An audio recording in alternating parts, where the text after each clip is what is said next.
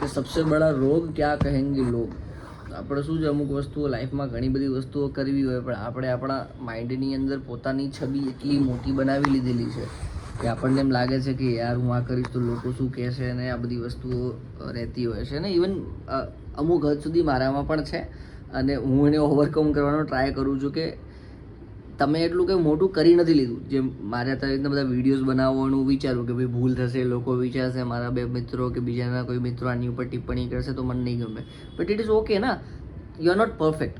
એ અમુક વસ્તુઓમાં પોતાને સ્વીકારી લેવું બહુ જરૂરી છે. કે પોતાની એક પેલો ફુગ્ગો બનાવેલો હોય ને, તો તમે નથી એટલું બધું, તમે કોઈ એટલા મહાન વ્યક્તિઓ નથી થઈ ગયા.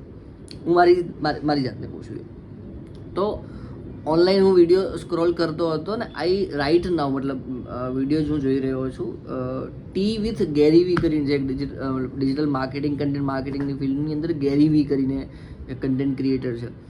તો એના વિડીયોની અંદર એ પાવરફુલ વાળું મતલબ મેં જોયું કે તમે છો કોણ, મતલબ હુ ધ હેલ આર યુ, કે તમે તમારી વિશે એટલું બધું હવવું બનાવી લો છો કે ભાઈ હું આ વિડીયો બનાવીશ, કે હું આ કામ કરીશ, કે હું આ કોઈ બિઝનેસ સ્ટાર્ટ કરીશ ને ફેલ થઈ ગયો તો શું.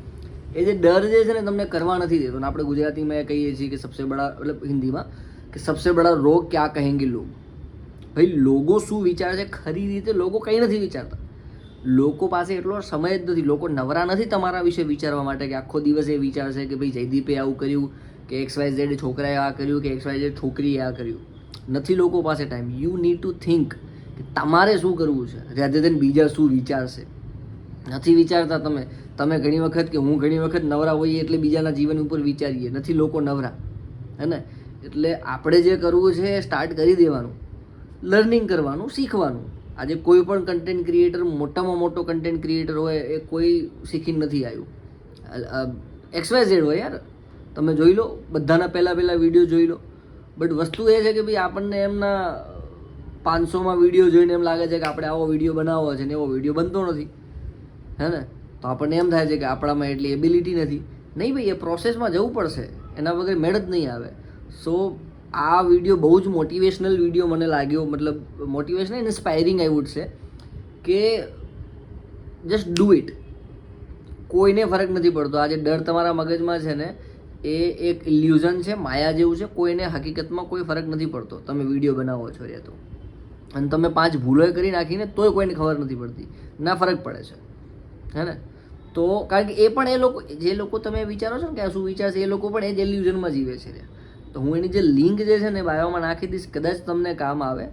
અને ઇટ ઇઝ રિયલી ગ્રેટફુલ કે એ વિચારવું, અને પછી તમને જે ગમે ને તમે કરીને પછી જે ખુશી તમને મળે ને, એ અલગ લેવલની મજા છે, right. Because you feel freedom. કારણ કે આ તો એક જાતની જેલ જ છે ને, થોટની જેલ, કે બીજા શું વિચારશે એના કારણે હું અમુક વસ્તુઓ નથી કરી રહ્યો. એનાથી વધારે ગુલામી શું હોઈ શકે. એ બહુ જ વિચારવા જેવી વાતચીત છે. અને આપણે બધાએ ભેગું થઈને નીકળવું પડશે. એવું નથી કે એક વ્યક્તિ નીકળી જાય.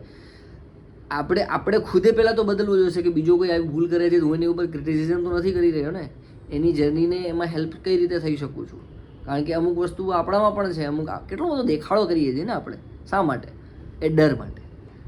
અને બ્યુટીફુલ વસ્તુ એ છે કે સામેવાળો પણ ડરે છે, હું પણ ડરું છું, બંને ડરીએ છીએ અને બંને નથી કરી રહ્યા. પણ જો બંને ઓપન અપ થઈ જઈએ તો બંને કરીએ ને, બંને માટે એકબીજાને સપોર્ટ કરી શકીએ. તો yes, I realise this things, અને કદાચ એ મને હેલ્પ કરશે આવનારા સમયમાં જે વસ્તુઓ મારે કરવી છે. So thank you so much Gary V.